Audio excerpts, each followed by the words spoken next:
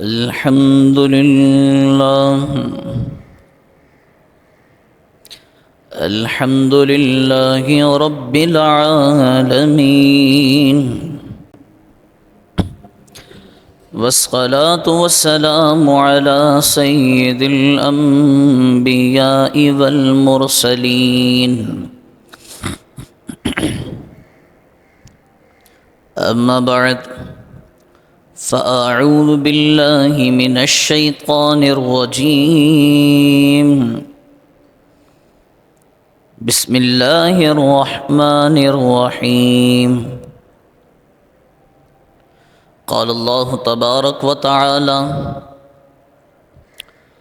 أحسب الناس أن يتركوا أن يقولوا آمنا وهم لا يفتنون.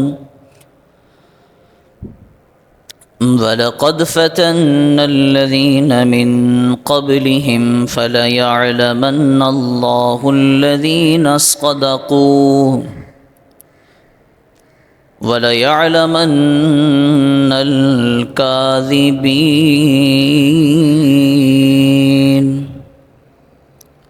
صدق اللہ العظیم. ان اللہ وملائکتہ یصلون علی النبی یا ایہا الذین آمنوا صلوا علیہ وسلموا تسلیما.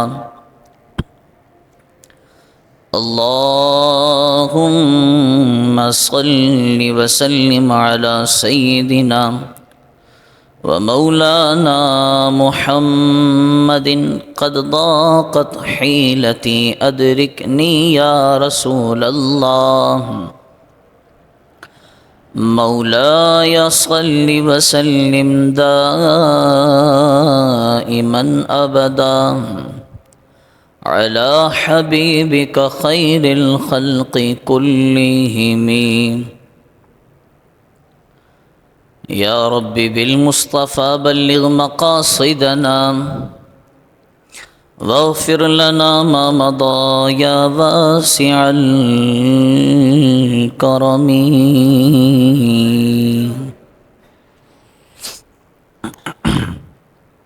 غوث آدم بمن بے سر و ساما مدد قبلہ دی مدد کعبہ و ایمان مدد. وہ کیا مرتبہ اے غوث ہے بالا تیرا، اونچے اونچوں کے سروں سے ہے قدم اعلیٰ تیرا. میرا خواجہ عطائے رسول ہے، وہ بہار چشت کا پھول ہے، وہ بہار گلشن فاطمہ چمن علی کا نگال ہے. الحمدللہ ثم الحمدللہ.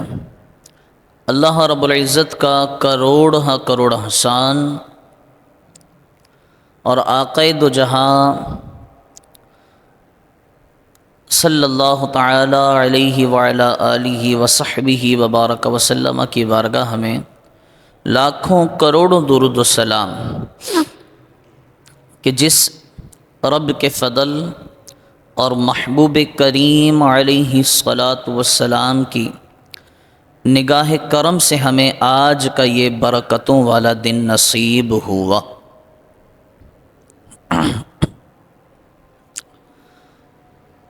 اللہ رب العزت کے محبوب حضور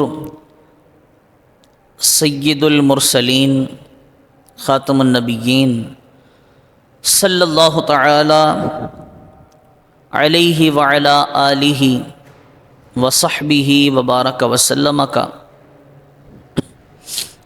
فرمان رحمت نشان ہے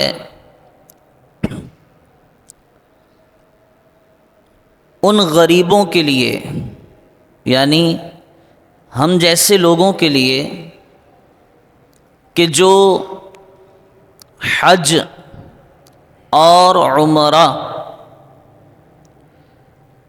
کی استطاعت نہ رکھتے ہوں، جن کے پاس حج یا عمرہ کے لیے زاد راہ نہ ہو، سرکار علیہ السلام فرماتے ہیں اپنے پیارے امتیوں کے لیے کہ تمہارا جمعہ کے دن جلدی مسجد چلے جانا تمہارے لیے حج کے برابر ہے۔ جمعہ کے دن جلدی مسجد چلے آنا تمہارے لیے حج کے برابر ہے، اور پھر عصر کا انتظار کرنا، عصر کا انتظار کرنا وہ تمہارے لیے عمرہ ہے۔ آج لوگوں کے دلوں میں یہ خواہش اور یہ تمنا انتہائی جذبات کے ساتھ پیدا ہوتی ہے کہ اے کاش ہم حج پہ چلے جائیں، اے کاش ہم عمرہ پر چلے جائیں، اور یقیناً ہونی بھی چاہیے، کیونکہ وہ مقام اللہ رب العزت کی بارگاہ کا خاص مقام ہے، جہاں خانہ کعبہ ہے، مسلمانوں کا قبلہ ہے، اور جہاں مدینۃ النبی صلی اللہ تعالی علیہ وسلم ہے، ہمارے آقا و مولا صلی اللہ علیہ وسلم کا وہ برکتوں والا شہر ہے۔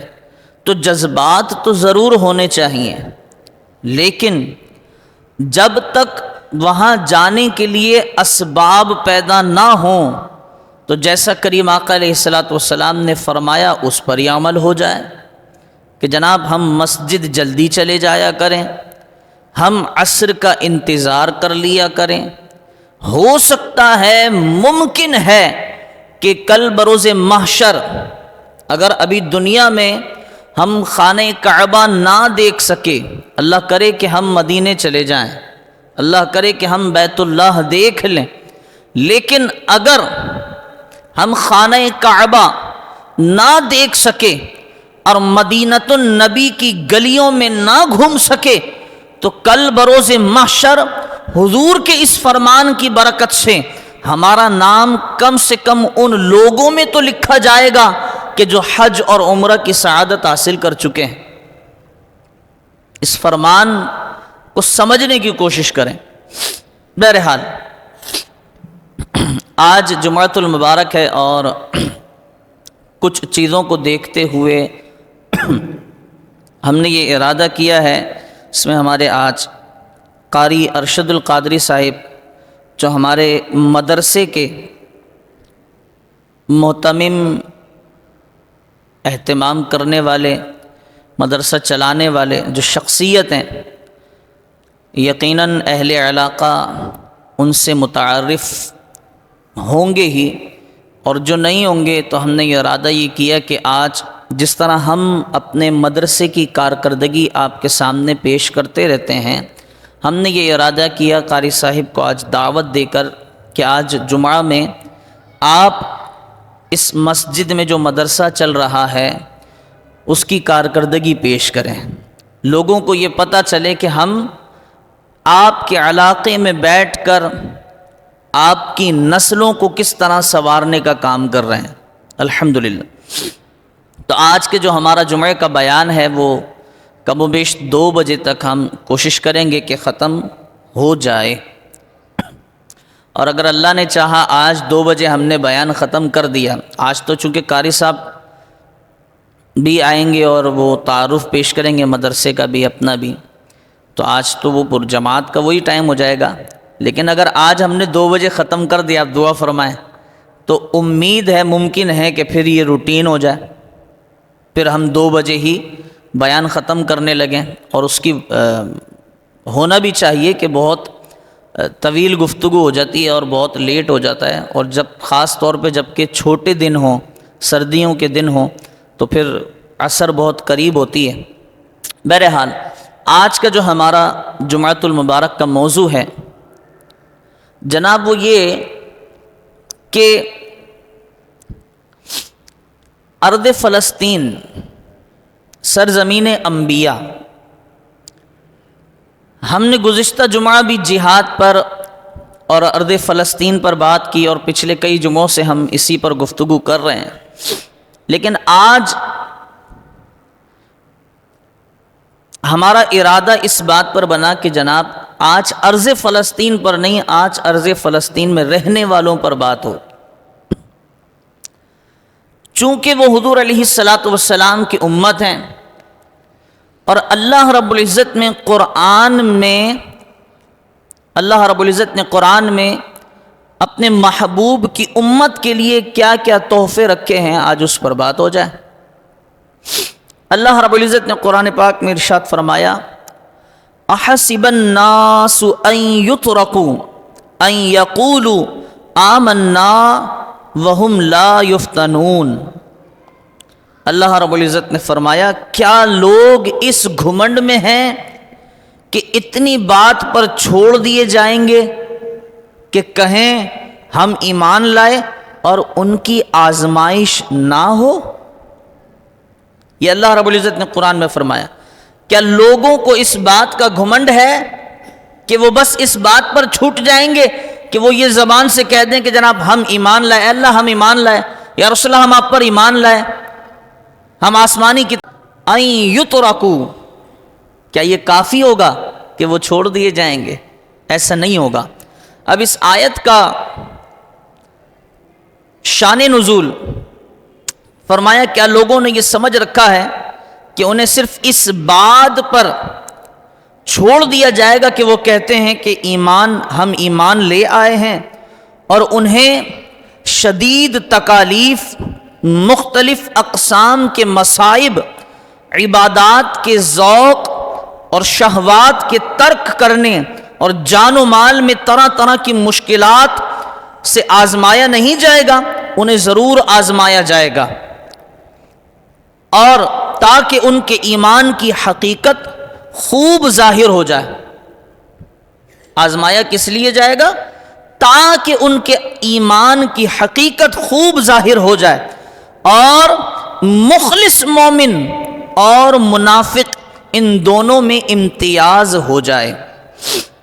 اچھا، اب مختلف اقوال ملتے ہیں کہ یہ آیت مقدسہ، کسی نے کہا کہ جناب یہ حضرت عمر رضی اللہ تعالی عنہ کے جو غلام تھے ان کے لیے نازل ہوئی تھی کہ وہ بدر کے میدان میں سب سے پہلے شہید ہو گئے تھے، اور بدر کے میدان میں شہید ہونے کے بعد ان کے گھر والوں پر شدید آزمائش کا ایک سلسلہ تھا، تو اللہ رب العزت نے یہ آیت مقدسہ نازل فرمائی۔ کیا لوگ یہ سمجھتے ہیں کہ وہ ایسے ہی چھوٹ جائیں گے، ایمان والے ہو گئے اب آزمائشیں ہیں؟ ایک قول یہ ہے کہ جناب کچھ لوگ ہجرت کرنے کے بعد بھی مکہ میں رہتے تھے، یعنی مسلمان تو ہجرت کر چکے تھے لیکن پیچھے جو کچھ لوگ بچے تھے وہ مکہ میں ہی رہتے تھے، تو ان لوگوں کے لیے یہ آیت۔ تو اس طرح کے مختلف اقوال ملتے ہیں، لیکن اچھا کسی نے کہا کہ جناب یہ آیت حضرت عمار بن یاسر رضی اللہ تعالی عنہ کے بارے میں ہے، کہ کیونکہ حضرت عمار رضی اللہ تعالی عنہ اپنی عبادات اور دیگر کاموں کی وجہ سے کفار کی طرف سے سخت ستائے جاتے تھے، اسی لیے اللہ رب العزت نے یہ آیت نازل فرمائی۔ لیکن یہ ساری باتیں اپنی جگہ، یہ آیت محشر کے میدان تک ہونے والے تمام مسلمانوں کے لیے ہے کہ احسب الناس ان یترکوا، کیا یہ سمجھتے ہیں، کیا یہ انہیں اتنا کافی ہے کہ صرف یہ کہہ دیں کہ ہم ایمان لے آئے، قالوا آمنا، ہم ایمان لے آئے، تو انہیں چھوڑ دیا جائے گا؟ نہیں، آسانی سے چھوڑا نہیں جائے گا۔ جب ایمان والے ہو گئے تو اب ان پر جو ہے آزمائشیں اور مصیبتیں وہ وقتاً فوقتاً آتی رہیں گی۔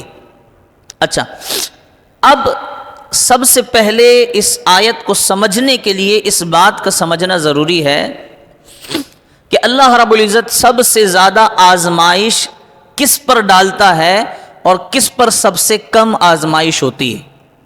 تو سنیے جناب کہ اللہ رب العزت سب سے زیادہ آزمائش میں اپنے محبوبان کو یعنی اپنے انبیاء کو ڈالتا ہے۔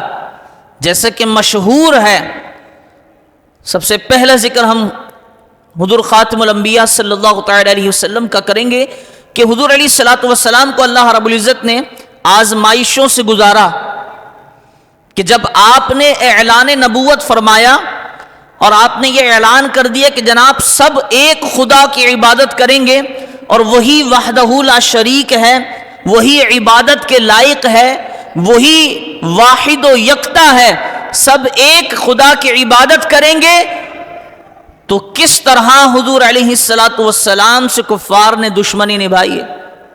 اگر کریم آقا علیہ الصلوۃ والسلام میدان طائف میں گئے تو آپ نے دیکھا کہ حضور علیہ الصلوۃ والسلام کو طائف کے بچوں نے کس طرح پتھروں سے آزمایا ہے کہ کریم آقا علیہ الصلوۃ والسلام کا خون مبارک وہ آپ کی نعلین مبارک تک پہنچ جایا کرتا تھا۔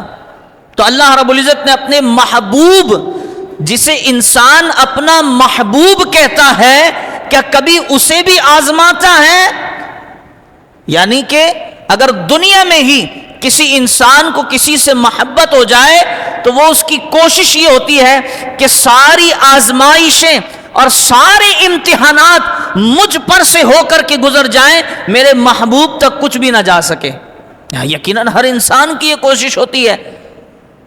تو پھر رب تو رب ہے کہ رب نے اپنے محبوب کو بھی آزمایا ہے کہ جناب صرف یہ کہہ دینا کہ ہم ایمان والے ہیں۔ اچھا، اب انبیاء کرام علیہم الصلوۃ والسلام تو یقیناً یقیناً یقیناً یقیناً اس میں کوئی شک ہی نہیں کہ انبیاء کرام علیہم الصلوۃ والسلام کا جو ایمان ہے وہ سب سے اعلیٰ ہے، اس میں تو کوئی شک ہی نہیں، گنجائش ہی نہیں۔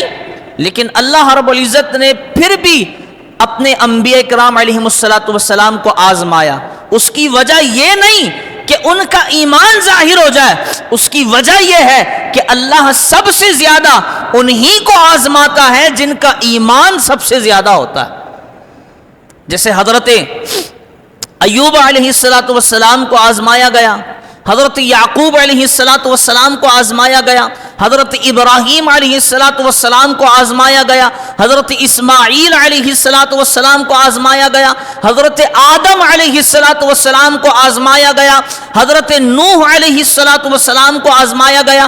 ہر نبی کو اللہ رب العزت نے اپنے اپنے انداز میں آزمایا ہے کہ کبھی آدم یہ پھل نہ کھانا، آدم یہ گندم کا دانہ تم نے نہیں کھانا ہے، کبھی یہ کہ جناب نوح ایک طوفان آ رہا ہے اور کشتی تمہارے لیے تیار ہے، کبھی زخموں پر کیڑے پڑ جانے پر اللہ نے اپنے نبی کو آزمایا ہے، کبھی مچھلی کے پیٹ میں جانے پر اللہ نے اپنے نبی کو آزمایا ہے، کبھی اللہ نے مصر کے بازار میں بک جانے پر اپنے نبی کو آزمایا ہے، اور کبھی اللہ نے چھری کے نیچے آ جانے پر اپنے نبی کو آزمایا ہے، اور کبھی اللہ نے اپنے نبی کو اپنی ہی اولاد کے ذبح کرنے پر آزمایا ہے۔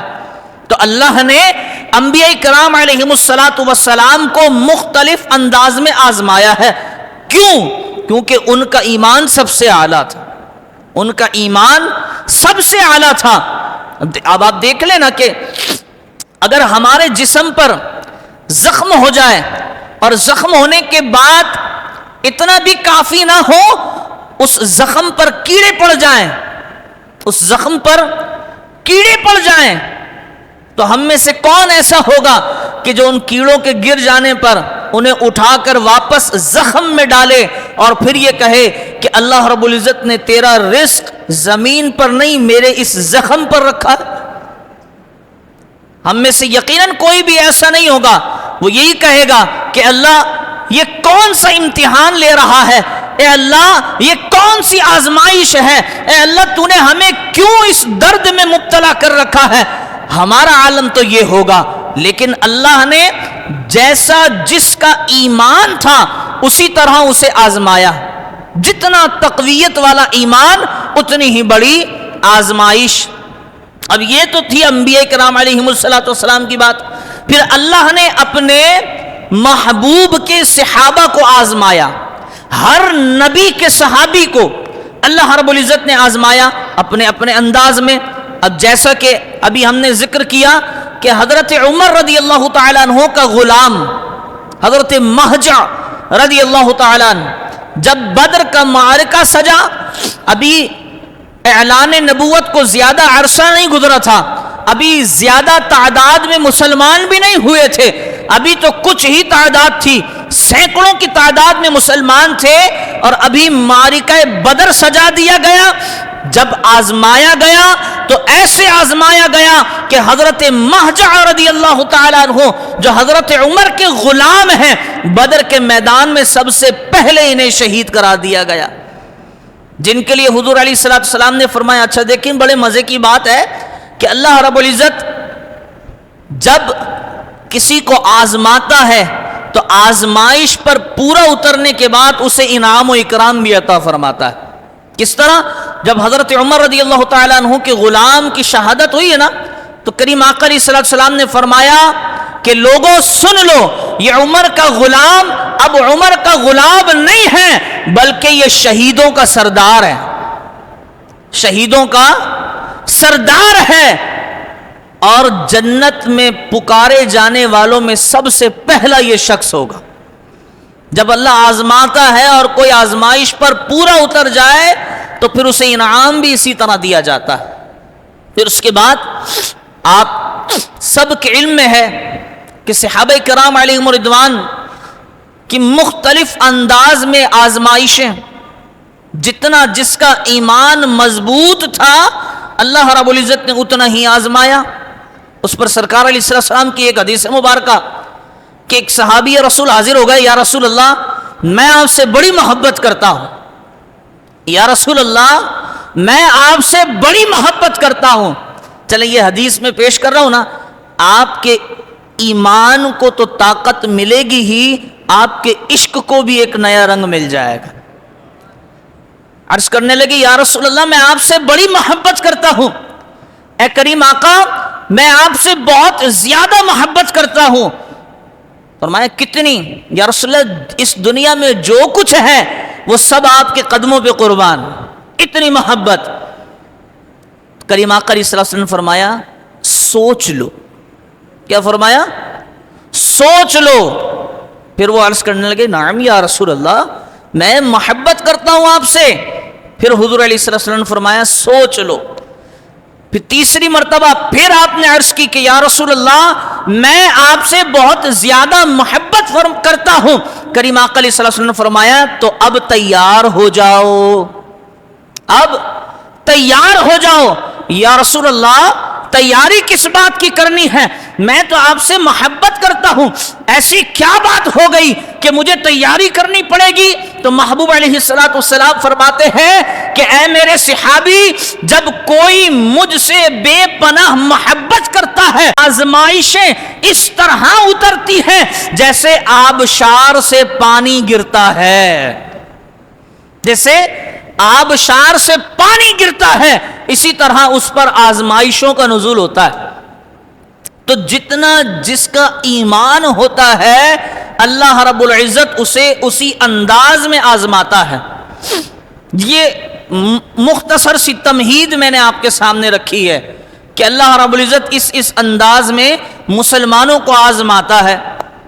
اب آئیے جناب کہ یہ تو بات تھی ان لوگوں کی کہ جنہیں اللہ نے آزما لیا، لیکن ہم ان کی آزمائشیں صرف سن سکے، دیکھ نہ سکے۔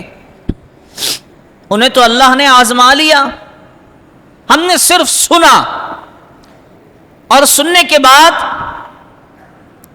ہم اس بات پر ایمان لے آئے کہ مولا جو تو نے فرمایا وہی سچ ہے، اور جو تیرے محبوب نے فرمایا وہی سچ ہے.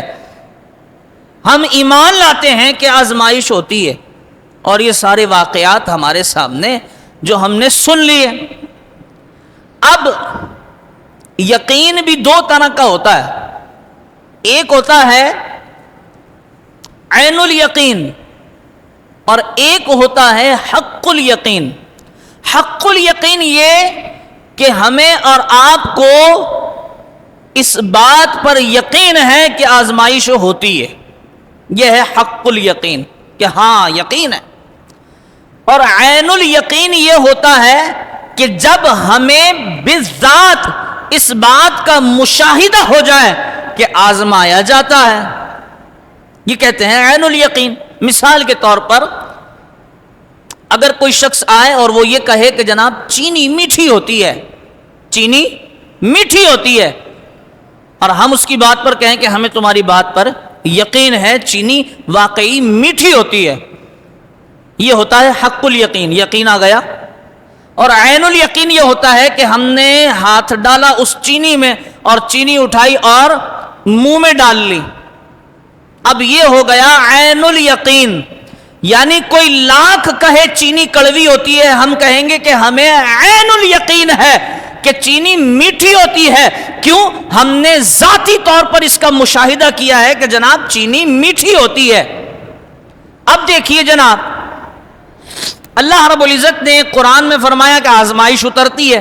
یہ کہہ دینا زبان سے کافی نہیں کہ جناب ہم ایمان لے آئے، ایمان لانے کے بعد آزمائشوں سے گزرنا پڑے گا. ہمیں یقین ہو گیا کہ ہاں، ہمیں یقین ہو گیا کہ ہاں بھائی جناب ہم یقین کرتے ہیں آزمائشوں سے گزرنا پڑے گا. لیکن یہ تو صرف حق الیقین ہے نا. عین الیقین، اس بات پر اسٹمپ کب لگے گی؟ اس وقت لگے گی کہ جب اللہ رب العزت ہمیں آزمائش سے گزار دے.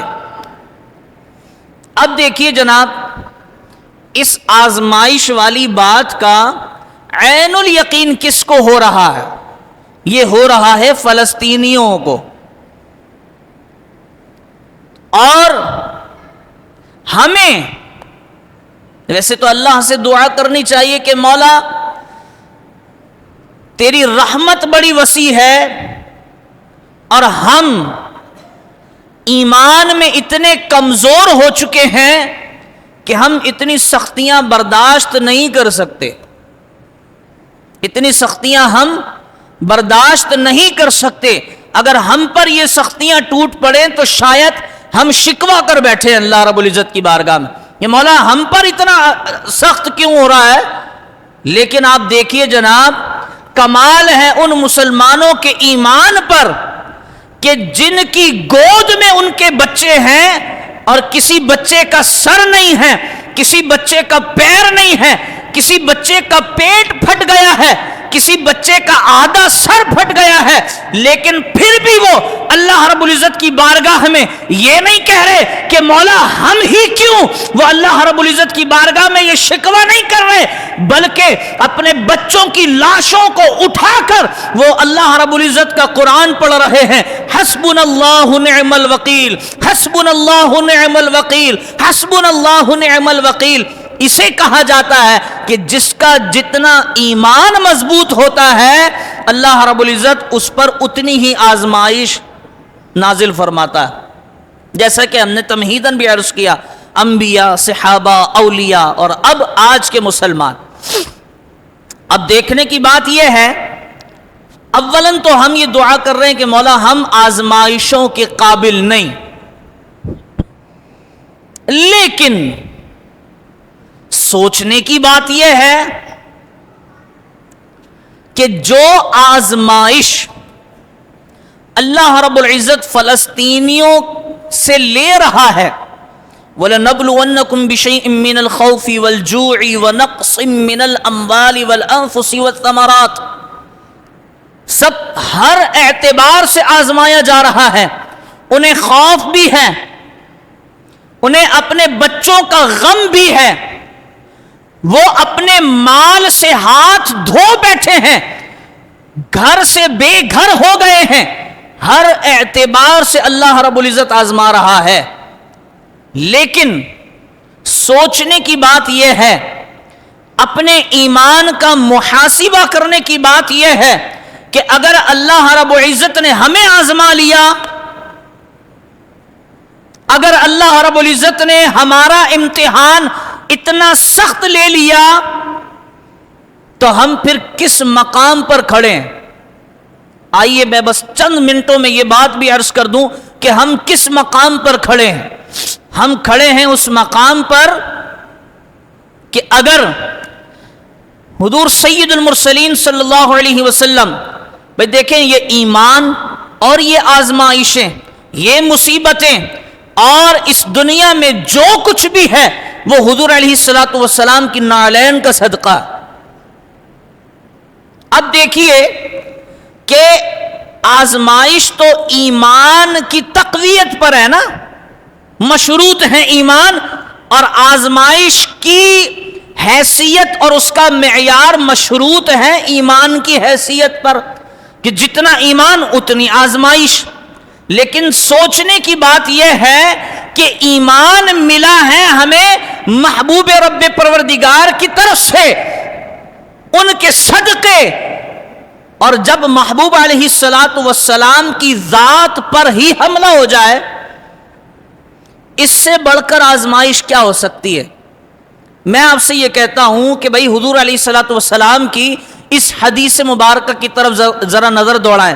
کریم آقا صلی اللہ علیہ وسلم نے فرمایا لا یؤمن احدکم حتی اکون احب الیہ من ولدہ ووالدہ والناس اجمعین، کہ کوئی بھی تم میں سے اس وقت تک ایمان والا نہیں ہو سکتا جب تک وہ اپنی اولاد، اپنے ماں باپ اور اس دنیا میں جو کچھ ہے ہر چیز سے بڑھ کر مجھ سے محبت نہ کرنے لگے۔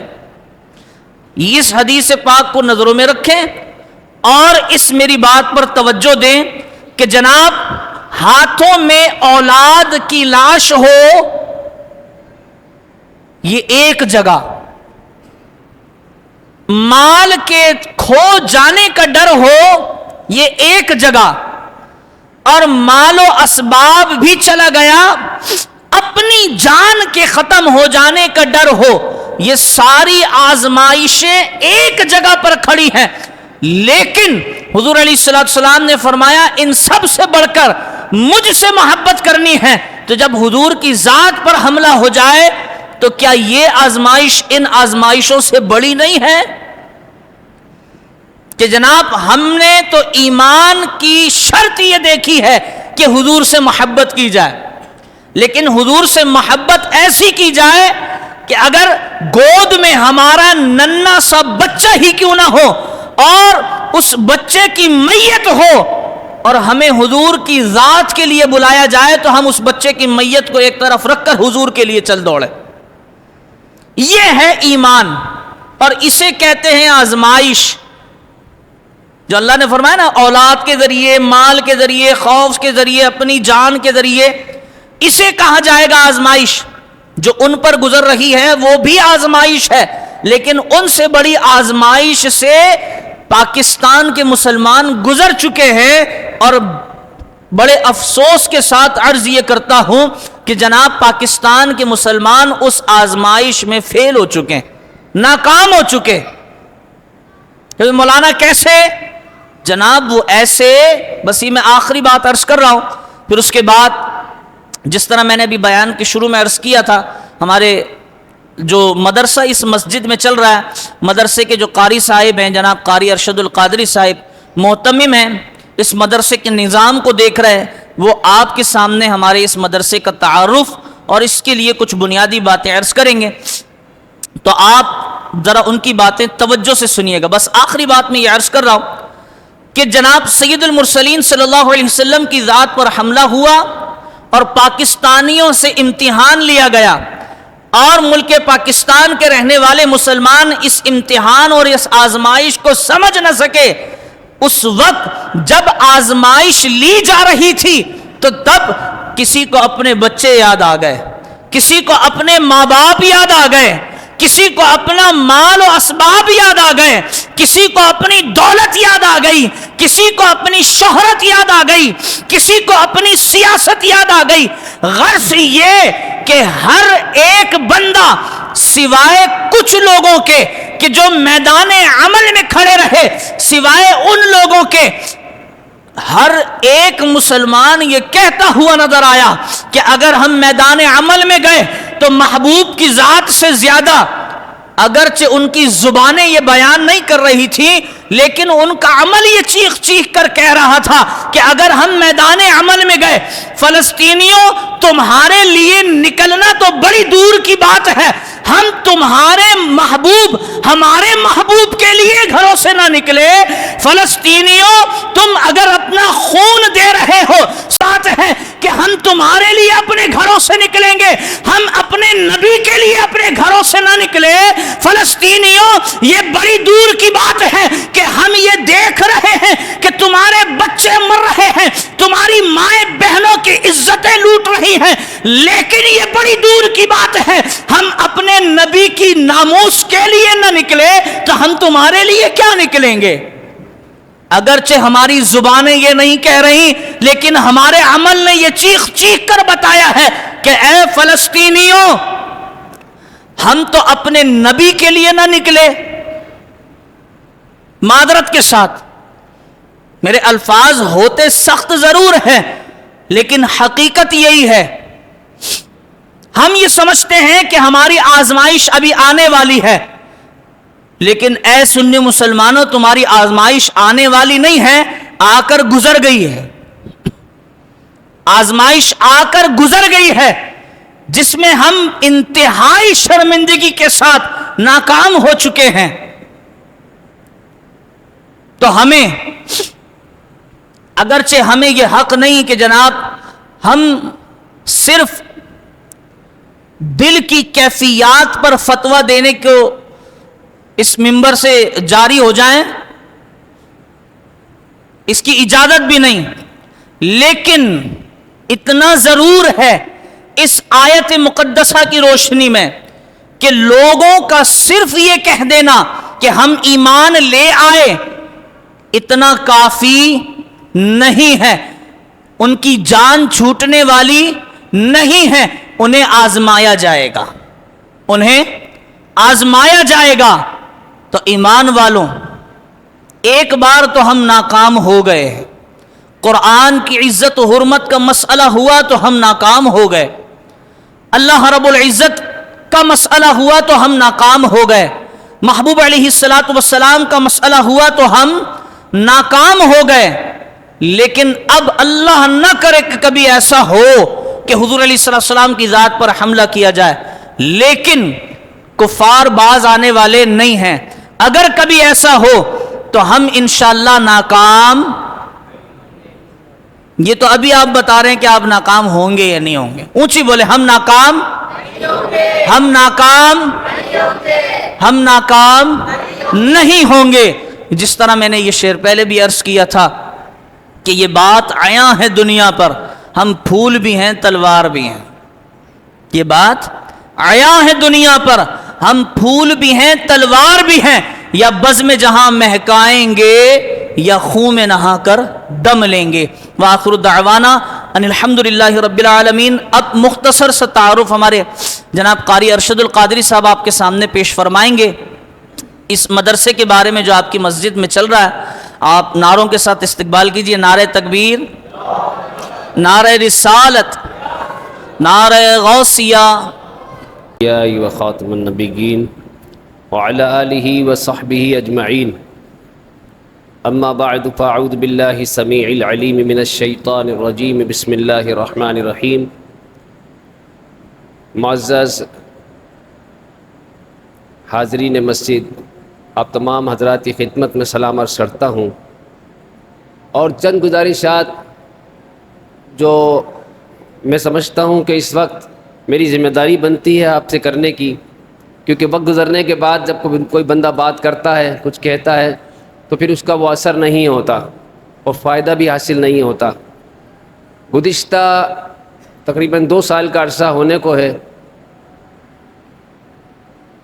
میرے پاس اس مسجد انتظامیہ کے مرکزی رکن تشریف لائے تھے اور انہوں نے آ کر مجھ سے یہ عرض کی تھی کہ بھائی آپ ہماری مسجد کے مدرسے کے انتظامات کو دیکھیں اور یہاں پر آئیں، ہم چاہتے ہیں ہماری مسجد کا مدرسہ فعال ہو جائے اور یہاں پر نظام تعلیم منظم ہو اور مدرسے میں نئے نئے شعبہ جات قائم ہوں اور علاقے کے بچے جو ہے وہ پوری طرح دینی تعلیم سے آراستہ ہو سکیں۔ تو جب میرے پاس، میں اس علاقے کا رہنے والا نہیں ہوں، میں یہاں کا رہائشی نہیں ہوں، میرا علاقہ ظاہر سی بات ہے دور ہے یہاں سے، ان کے اس شوق اور جذبے کو دیکھتے ہوئے میں جب مسجد آیا تو میں نے بڑی ناگفتہ حالت دیکھی کلاس کی۔ چند بچے بیٹھے ہوئے تھے اور ان کا بیٹھنے کا انداز ہی یہ بتا رہا تھا کہ یہاں نظام تعلیم کوئی منظم نہیں ہے، پراپر طریقے سے یہاں پر تعلیم کا سلسلہ جاری و ساری نہیں ہے۔ جب تعلیم نہیں ہے تو تربیت کیا ہوگی؟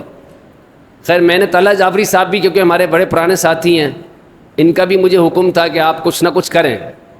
اللہ تبارک و تعالیٰ کی ذات پہ بھروسہ کرتے ہوئے ہم نے تقریباً 2 سال کا عرصہ ہونے کو ہے یہاں پر مدرسے کے حوالے سے کوششیں شروع کیں، اور اس 2 سال کے عرصوں میں یہاں کا کوئی نمازی، کوئی رہائشی یہ نہیں کہہ سکتا کہ میں اس طرح ممبر پہ، محراب پہ آ کر آپ سے کبھی ہم کلام ہوا ہوں، کبھی ایسا نہیں ہوا۔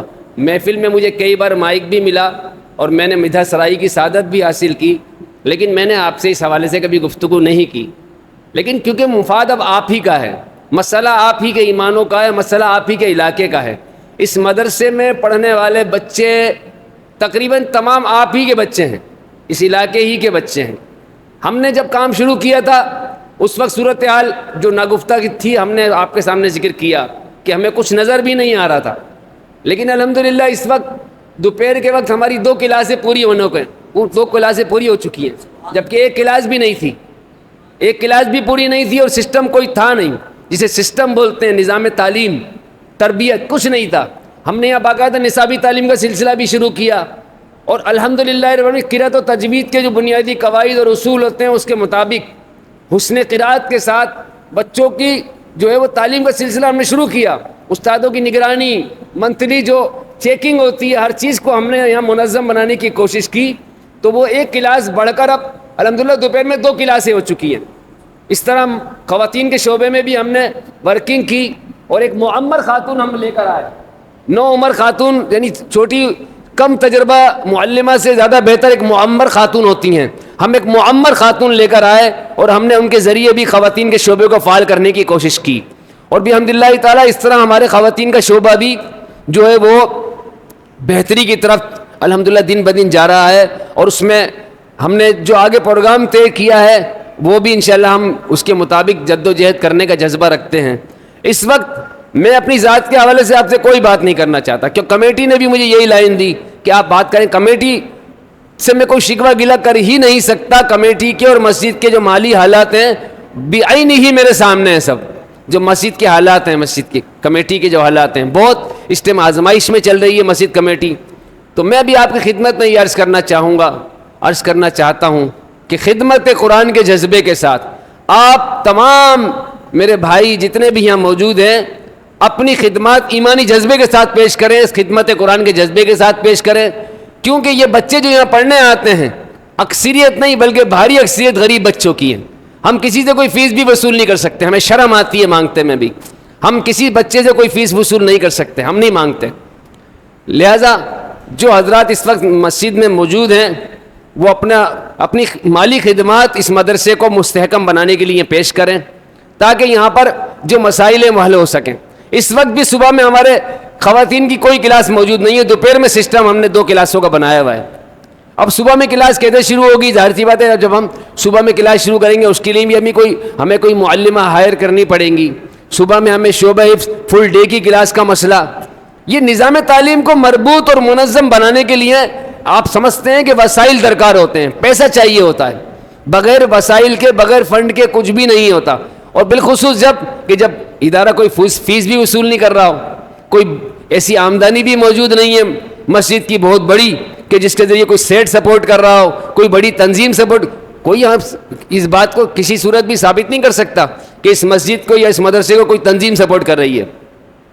سیلانی ویلفیئر ٹرسٹ بھی بعض مدرسوں کو سپورٹ کرتی ہے، دعوت اسلامی بھی سپورٹ کرتی ہے جو ان کے مدارس ہیں، اور ماشاءاللہ بڑا اچھا کام ہو رہا ہے، لیکن اس مسجد اور مدرسے میں کوئی تنظیم بھی انوالو نہیں ہے، کہ کوئی تنظیم اس کو سپورٹ کرتی ہو. اس مدرسے کا اور اس مسجد کا نظام کلی طور پر جو چلتا ہے وہ آپ حضرات کے تعاون سے چلتا ہے. کلی طور پر آپ کی شفقتوں سے, آپ کی محبتوں سے اور آپ کی خدمات سے یہاں کا سسٹم چلتا ہے. میرے یہاں پر الحمدللہ ہم مسلک بڑی تعداد میں بیٹھے. میں اپنے ہم مسلک حضرات سے کلام کرنا چاہتا ہوں کہ ہمارے شوق اور ذوق کا حصہ قرآن خوانی ہے. ہم اپنے گھروں میں قرآن خوانی کا اہتمام کرتے ہیں, 11ویں شریف کی محفل کا اہتمام کرتے ہیں, دیگر محافل منعقد کرتے ہیں.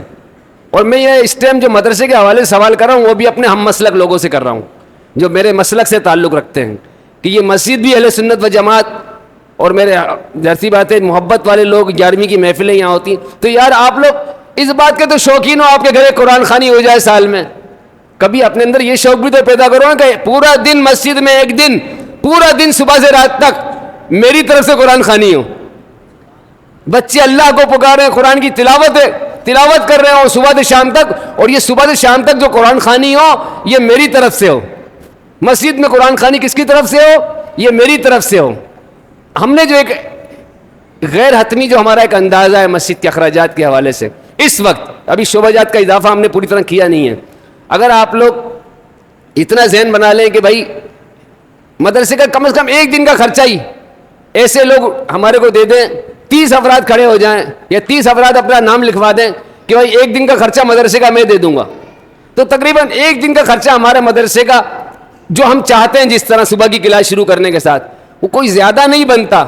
اس وقت بھی جو شعبہ جات ہم آغاز کرنا چاہتے ہیں, چونکہ کمیٹی ہمارے ساتھ پورا تعاون وہ کر رہی ہے کہ وہ ہم سے نہ مسجد کا بل مانگ رہی ہے نہ وہ پانی کا بل مانگ رہی ہے. مسجد ہم سے بول رہی ہے کہ آپ, کمیٹی بول رہی ہے آپ کام کریں, ہم آپ سے کوئی کسی قسم کا بجلی کا, آپ بس مدرسہ فعال کریں.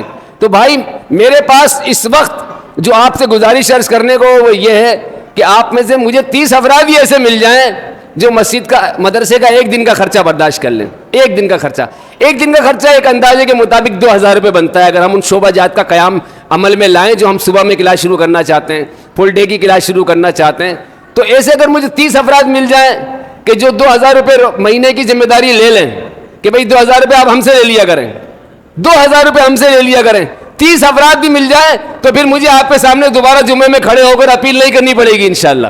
اور 1-1.5 سال تک ہمارا نظام بہت اچھا چل سکے گا. پھر مزید شعبہ جات میں اگر اضافہ ہوتا ہے, جیسے ہم نے سوچا ہے کہ فل ڈے کے طلباء کے لیے ہم کو ظاہر سے اسکول کی تعلیم کا انتظام بھی کرنا ہے, کمپیوٹر کی تعلیم کا انتظام بھی کرنا ہے, خواتین میں امور خانہ داری, اور جو ایک مقصد طالبہ ہمارے پاس صبح سے شام تک وقت دے رہی ہے تو اس کو امور خانہ داری کی تربیت ہے, دیگر تعلیم جو ضروری ہے اس کے حوالے سے یہ ساری کوششیں ہمیں کرنی ہیں. اچھا مثال ہے کوئی 2000 روپے نہیں دے سکتا تو اس کے لیے بھی ہمارے پاس ایک بہترین پیکیج موجود ہے, اور یہ پیکیج انشاءاللہ تبارک و تعالیٰ آپ کی دنیا میں بھی کام آئے گا اور آخرت میں بھی کام آئے گا. دیکھیے اللہ نے قرآن میں وعدہ فرمایا ہے نا, تو ہمارا اس وعدے پر یقین ہونا چاہیے. اللہ نے فرمایا لا یضیع اجر المؤمنین, اللہ ایمان والوں کے اجر کو کبھی ضائع ہی نہیں فرماتا. لا یضیع اجر المحسنین, اللہ نیک لوگوں کے اجر کو ضائع نہیں فرماتا. تو آپ ایک کام کر لیں, آپ ایسا کر لیں کہ بھائی آپ میں کچھ لوگ ایسے کھڑے ہو جائیں جو بولے ہم 500 روپے مہینہ دے دیں گے. کچھ ایسے لوگ کھڑے ہو جائیں کہ ہم ایک بچے کی تعلیم کا خرچہ آپ کو دے دیں گے جو کم از کم 150 سے 200 بنتا ہے. بھائی ہم آپ کو جو ہے وہ 200 روپے مہینہ دے دیں گے. تو ہمارے یہاں پر حافظ شامیر صاحب ہوتے ہیں مدرسے کی جو ذمہ داری جن کو ہم نے دی ہوئی ہے, آپ ان سے رابطہ کریں, انتظامیہ کمیٹی سے رابطہ کریں, امام صاحب سے رابطہ کریں, اور آپ خود آگے بڑھ کے لکھوائیں کہ اس مسجد کے مدرسے کو فعال بنانے کے لیے, یہاں کے نظام کو بہتر بنانے کے لیے, تعلیم القرآن کو فروغ دینے کے لیے. آج جب دشمنان اسلام قرآن کو آگ لگا رہے ہیں, جلا رہے ہیں, قرآن کے خلاف سازشیں کر رہے ہیں, اسلام کے خلاف سازشیں کر رہے ہیں, تو ان کے مقابلے پہ آپ میدان میں آ جائیں کہ یہ سازشیں کر رہے ہیں اور ہم خدمت قرآن کے لیے اپنا پورا جذبہ بروئے کار لاتے ہوئے فروغ تعلیم القرآن کے لیے اپنی خدمات پیش کریں گے انشاءاللہ. جو ہم سے ہو سکے گا اس مسجد کے مدرسے کو فعال بنانے کے لیے ہم وہ خدمت پیش کریں گے. ایک دن, جزاک اللہ خیر, ایک دن کا خرچہ مدرسے کا 2000 روپے اگر 30 افراد میں, یقین کریں کتنا بہترین پیکیج ہے کہ آپ اپنے ماں باپ کے ایصال ثواب کے لیے صبح سے شام تک یا قرآن خوانی کروائیں, کس طرح صرف 2000 روپے دے دیں, اور آپ کے مہینے میں ایک دن آپ کے والدین کے لیے جس کے لیے آپ ایصال ثواب کے لیے کہیں گے, انشاءاللہ تبارک و تعالی اس کی طرف سے وہ آپ کی نیت ہوگی نا, اس نیت کی برکت سے ایک دن اللہ کے گھر میں آپ کے مرحومین کے لیے, حضور غوث اعظم کے لیے جس کی آپ نیت کر لیں. میری اپیل صرف اپنے ہم مسلک لوگوں سے, سیدھی سی بات ہے, کلیئر سی بات ہے, میرے ہم مسلک لوگ جو ہیں وہ صرف مہربانی کر دیں تو یہاں کا مدرسہ فعال ہو جائے گا. دوسرے مسالک کے لوگ تو ظاہر سی بات ہے یہاں تعاون جلدی کر کے کریں گے بھی نہیں. آپ ہی لوگوں سے ہمیں امید ہے کہ آپ اس مسجد, یہ مرکزی مسجد ہے, یہاں کا مدرسہ نہیں, یہاں کا جامعہ ہونا چاہیے ایک بہت بڑا. یہاں تو درس نظامی کی تعلیم بھی بہترین قسم کی ہونی چاہیے, لیکن آج بغیر پیسے کے کچھ بھی نہیں ہو سکتا بھائی. مولانا موجود ہے, مولانا سے آپ شہادت لے سکتے ہیں کہ میری خدمات یہاں کوئی کسی قسم کی تنخواہ پر, میں فی سبیل اللہ یہاں خدمات پیش کر رہا ہوں اپنی. اور ماضی میں بھی جب میں پڑھاتا تھا, میں نے آغاز کیا تھا کلاس کا, اس وقت بھی میری کوئی کسی سے کوئی ڈیمانڈ نہیں تھی, میں نے فی سبیل اللہ خدمات سر انجام دی ہیں. لیکن جو استاد میں یہاں لا کر بٹھا رہا ہوں, جن سے میں کام لے رہا ہوں, ان کے بھی بال بچے ہیں, ان کے بھی گھر کے اخراجات ہیں, مجھے ان کو وظائف اور تنخواہیں دینی ہیں. جو معلمات یہاں پڑھا رہی ہیں ان میں سے ظاہر سی بات ہے ان کو بھی مجھے وظیفے دینے ہیں, تنخواہیں دینی ہیں. اور کوئی تنظیم میرے پیچھے نہیں ہے, میرے پیچھے آپ ہو یا میرا اپنا جو ادارہ چل رہا ہے وہاں کے لوگ وہاں کا ادارہ چلاتے ہیں, تو وہاں پر الحمدللہ میرا ادارہ جو چل رہا ہے وہاں کے لوگوں سے بات کرتا ہوں. اب یہاں کیونکہ یہ آپ کے محلے کا مدرسہ ہے, آپ کے علاقے کا مدرسہ ہے, آپ جذبہ ایمانی کے ساتھ, خدمت قرآن کے جذبے کے ساتھ بس کچھ نہ کچھ اپنی خدمات مدرسے کے لیے لازمی پیش کریں. اللہ تبارک و تعالیٰ آپ کو آپ کی آنکھوں سے اس کا صلہ عطا فرمائے گا, دیکھنا نصیب کرے گا آپ کو صلہ. آپ کے کاروبار میں برکتیں ہوں گی, گھر میں رحمتیں برکتیں ہوں گی. اس کا ایک طریقہ ہم نے یہ بھی نکالا ہے کہ آپ ہمیں نام لکھوا دیں, ہم آپ کو کوئی چھوٹا سا باکس دے دیں گے, جو آپ سے ہو سکے 10 روپے 5 روپے اس باکس میں ڈالتے رہیں. مہینے پہ ہمارا مدرسے کا کوئی بھی کارکن آئے گا, آپ کے باکس کا جو نمبر ہوگا اس حساب سے آپ سے جو پیسے نکلیں گے وہ لے گا اور آپ کو رسید دے دے گا. بہت سارے طریقے ہیں مدرسے کی خدمت کرنے کے, لیکن بھائی اس مدرسے کو فعال کرو گے تو آپ کرو گے, نہ پیچھے یہاں کوئی تنظیم ہے مدرسے کے, یہ میں صحیح بتا رہا ہوں آپ کو, کوئی تنظیم پیچھے نہیں ہے, کوئی بھی اس مدرسے کے پیچھے سپورٹ کرنے والا نہیں ہے. اگر یہ مسجد, اس مسجد کے اندر کوئی جامعہ, کوئی بہت بڑی تعلیمی درسگاہ قائم ہو سکتی ہے تو وہ آپ سب کے تعاون سے ہو سکتی ہے. آپ چاہو گے تو انشاءاللہ تبارک تعالیٰ آپ کی خدمات کے نتیجے میں ہم آپ سے یہ وعدہ کرتے ہیں کہ آپ جو مدرسے کے ساتھ تعاون کریں گے وہ ضائع نہیں ہونے دیں گے. انشاءاللہ آپ کو آپ کی آنکھوں سے کام ہوتا ہوا نظر آئے گا انشاءاللہ. حافظ و قاری بنتے ہوئے نظر آئیں گے, بچے دیندار بنتے ہوئے نظر آئیں گے, نمازی بنتے ہوئے نظر آئیں گے, اور انشاءاللہ علاقے میں دین کا کام ہوتا ہوا آپ کو انشاءاللہ نظر آئے گا. بس ہم آپ سے یہ وعدہ کر سکتے ہیں آپ کا پیسہ ضائع نہیں ہوگا. آپ ہمیں بھی نہ دیں, انتظامیہ میں جس پہ اعتماد کرتے ہیں ہم, آپ اپنی دی بھی رقم کا مکمل ہم سے حساب بھی لے سکتے ہیں پوری تسلی کے ساتھ, اور اس میں ہمارے لیے کوئی کسی قسم کی حتک بھی نہیں ہے, ہماری ذمہ داری بھی بنتی ہے. لیکن بہرحال میں آپ کی خدمت میں 2 سال تک میں نے سسٹم چلایا ہے, میں نے کسی سے کوئی اپیل نہیں کی ہے. اور مولانا سے پوچھ لو کہ میں نے یہاں کمیٹی سے بھی زبردستی نہیں کی ہے, کمیٹی نے بھی جو خوشی سے مجھے دیا میں نے لیا, اور سسٹم میں نے پھر بھی چلایا ہے الحمدللہ. وہاں سے مدرسین آتے ہیں, ان کے دوسرے علاقے سے ان کے پیٹرول تک کے پیسے میں دیتا ہوں یہاں پر. لیکن اب مجھے کیونکہ ضرورت ہے شعبہ جات میں اضافہ کرنا ہے, سسٹم کو فعال کرنا ہے, اور مضبوط طریقے پہ یہاں پر الحمدللہ شعبہ حفظ قائم کرنا ہے, فل ڈے کی کلاس قائم کرنی ہے, خواتین میں بھی سسٹم بہترین بنانا ہے. کیونکہ آپ دیکھ رہے ہیں برائیاں کتنی تیزی سے پھیل رہی ہیں, ان کا مقابلہ مدرسوں سے ہی کیا جا سکتا ہے. اسکولوں سے کتنی برائیوں کا مقابلہ ہوتا ہے یہ تو آپ مجھ سے زیادہ جانتے ہیں. تو مدارس کے ذریعے, دینی تنظیمات کے ذریعے ہی ہم برائیوں کا مقابلہ کر سکتے ہیں. تو لہٰذا آپ جذبہ جہاد کے ساتھ مدرسے کے ساتھ بھرپور تعاون فرمائیں, انشاءاللہ تبارک و تعالیٰ آپ کو مدرسہ آپ کی آنکھوں کے سامنے فعال ہوتا ہوا نظر آئے گا.